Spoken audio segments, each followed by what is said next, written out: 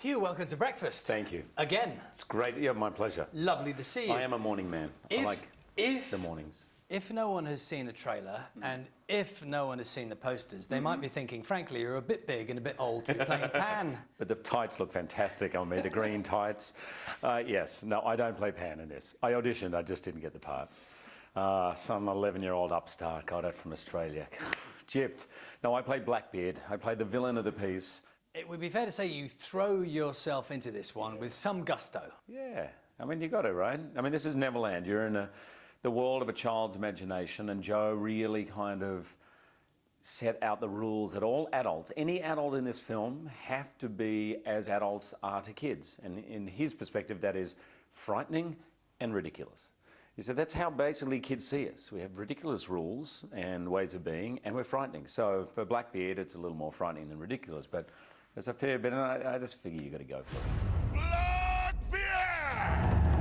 Welcome to Neverland! When I saw the film, I wrote down two things, or at least two things came in my head about your performance. One was Alistair Sim, and the other was Blackadder. Blackadder. Oh my gosh, I love Blackadder. Maybe it's something to do with the outfits or the extraordinary. Maybe. What's the thing that's behind you? Is it called a ruff? Yes, it's like a ruff. Actually, plume. what is that? Yes, it was plumage. I mean, it took a long time to get into that costume. I mean, it's kind of, there is plumage, there are feathers around my neck, there's wigs, samurai wigs at some point. He's a huge show pony and a classic old theatrical ham, basically.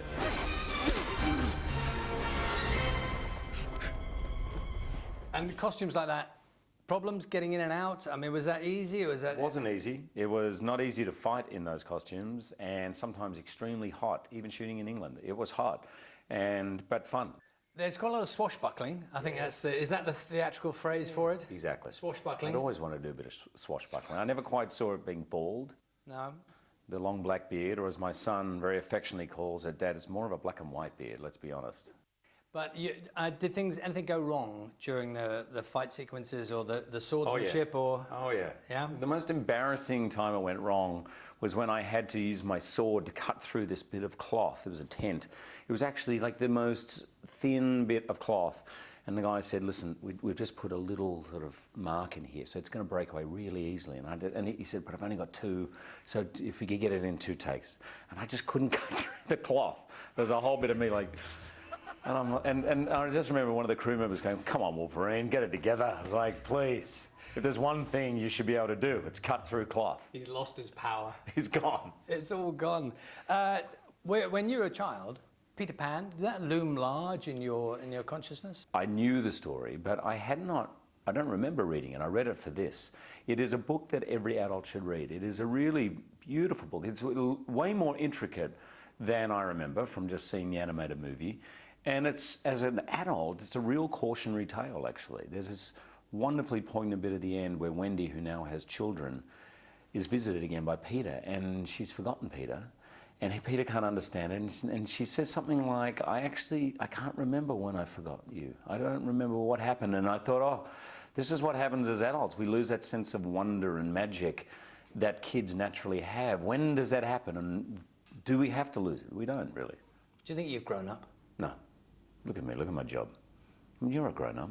No, I don't think I am. You don't? Inside, I'm not. No, well, that's J.M. Barrie's, that's what this movie's about. Age is not chronological, age is a mental state, you know, and the world, this can be, it's a pot of flowers, or that can be the most extraordinary, magical part of creation, you know, and I suppose being an actor, you have to be a little kid. We're just dressing up pretending to be people for a living, you know. Sounds good like that. Yeah. My kid actually said to me the other day, he said, Dad, I just found out that you get paid more than a doctor, but you're just playing dress-ups. And I was like, yeah, let's not get into that. It does not make any sense. And people will look back at this point of history and go, really? You elevated actors? Like, really? Makes sense.